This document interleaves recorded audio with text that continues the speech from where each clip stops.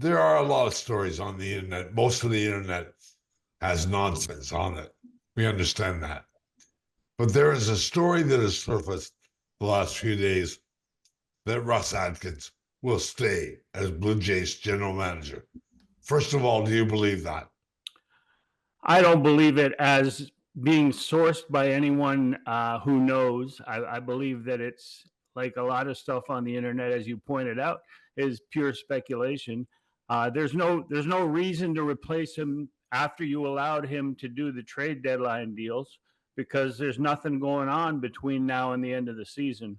Right. But moving forward, I could see Mark Shapiro, and we've talked about it before. I could see Mark Shapiro staying on and someone else stepping in as a GM to move this thing forward.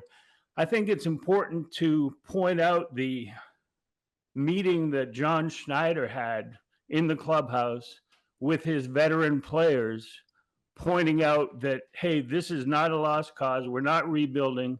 2025, we're going to go for it again. And again, as we've discussed, because of the new renovations in the stadium, the money that's been sunk in by ownership.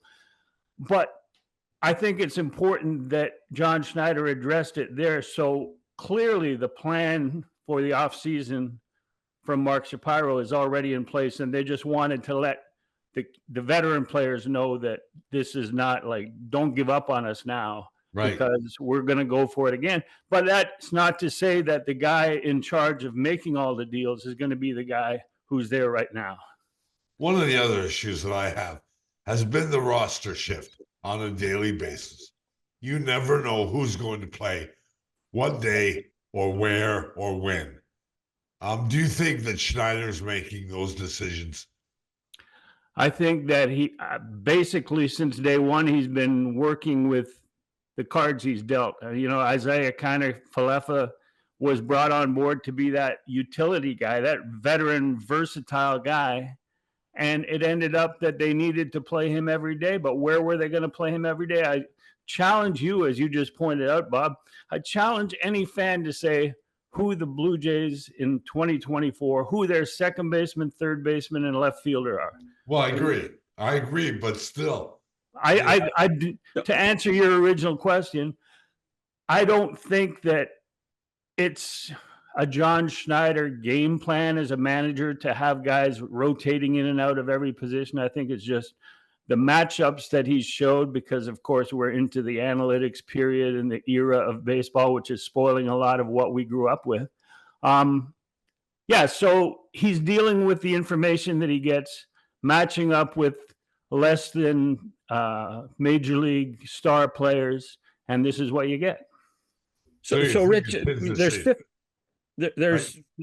there's 50 games left. There's people are still going to buy tickets, go to the games. What's the expectation of what this team and how will they entertain a hardcore baseball fan?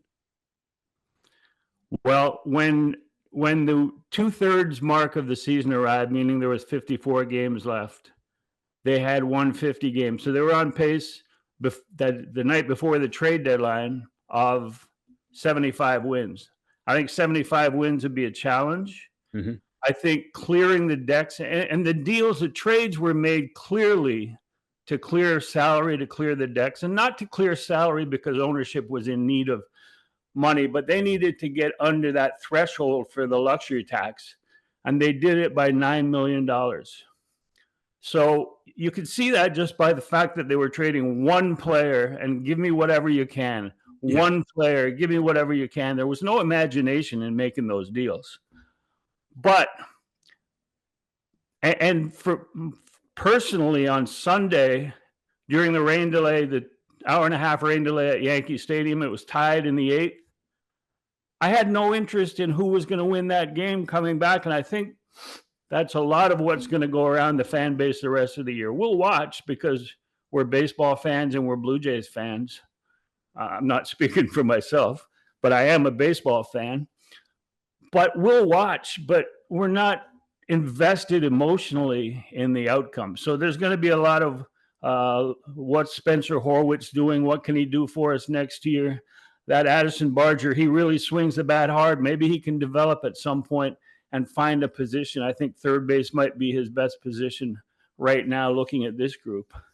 But the only way they're going to win between 75 and 80 games is if other teams set up their rotation to save their best guys for the next series, or rest their star players because they're playing the Blue Jays and the Blue Jays are out of it. So that gives them a chance with their current roster to compete.